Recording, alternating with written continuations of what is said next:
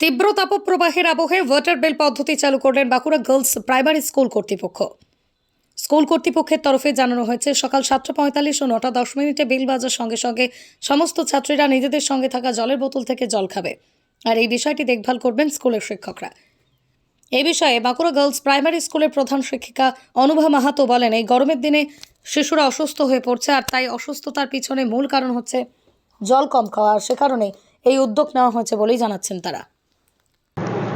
আজকে আমাদের স্কুলে জল খাবার বেল বাজছিল, কারণ এই গরমে আমাদের খুব জল তেষ্টা পায়।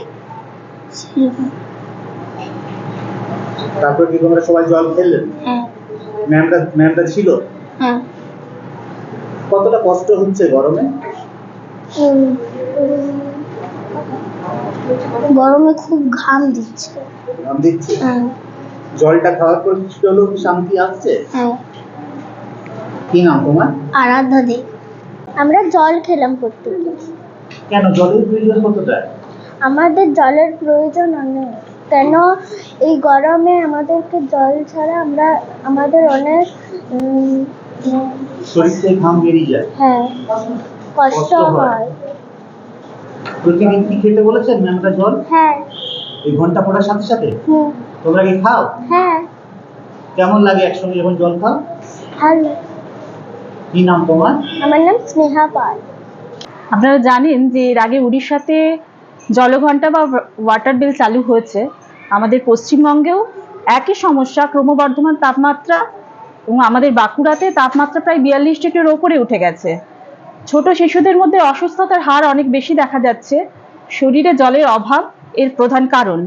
সেই জন্য আমরা ঠিক করেছি যে স্কুল চলাকালীন দুবার, একবার 7:45 এবং একবার 9:10, এই দুবার আমাদের স্কুলে বেল বাজবে, এবং সেই সময়ে যে সমস্ত শিক্ষার্থীরা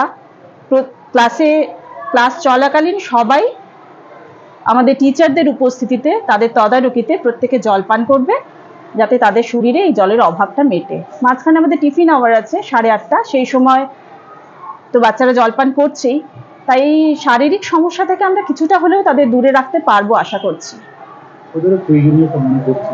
প্রয়োজন তো অবশ্যই, কারণ এত ক্রমবর্ধমান তাপমাত্রা, শিশুদের শরীরে জলের ঘাটতি, শিশুদের মধ্যে জল না খাওয়ার প্রবণতা, তাদের এই অভ্যেস তৈরি করার জন্য সময় মতো স্কুলে জল ঘন্টা বা এই ওয়াটার বেল চালু হলে আশা করছি তাদের মধ্যে একটা অভ্যেসও তৈরি হবে, যাতে তারা সময় মতো স্কুলের বাইরে বাড়িতেও একইভাবে জল পান করতে সক্ষম হয়।